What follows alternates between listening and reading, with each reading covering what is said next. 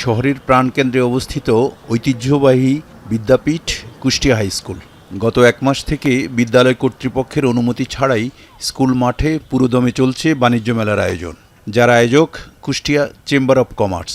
খেলার মাঠে মেলার আয়োজন করায় বিদ্যালয় মাঠে প্রায় এক মাস ধরে খেলাধুলা বঞ্চিত বিদ্যালয়টির শিক্ষার্থীরা।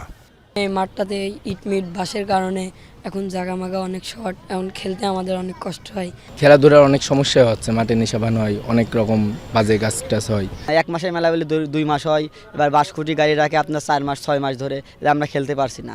অতি সত্বর এই মাঠে যারা দখল করে রেখেছে তাদের বিরুদ্ধে প্রশাসনিক ব্যবস্থা নেওয়া হবে এবং এই মাঠ পূর্বে যেমন ছিল ঠিক তেমনই করে দিতে হবে। অনুমতি ছাড়াই আয়োজন করাতে মেলা বন্ধে বিদ্যালয় কর্তৃপক্ষ অভিযোগ দিয়েছে থানায়, তাও আমলে নেওয়া হচ্ছে না। যদিও চেম্বারের পক্ষ থেকে বলা হচ্ছে সব নিয়ম মেনেই চলছে মেলার আয়োজন। আগে অবশ্যই আবেদন থাকবে, তারপরে আগে আবেদন, তারপরে অনুমতি না হোক বা না হোক সেটা পরের কথা, আবেদনও নাই আমার কাছে।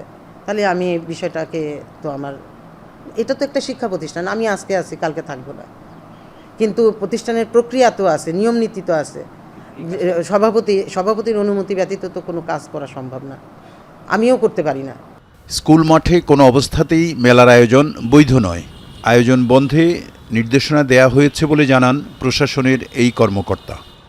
এটি আমরা কর্তৃপক্ষকে আবার অবহিত করব যাতে দ্রুত এটি সরিয়ে নেয় এবং স্কুলের স্বাভাবিক কার্যক্রম যাতে বজায় থাকে।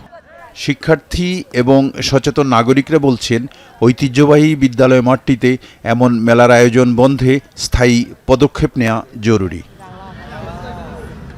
এখন কুষ্টিয়া।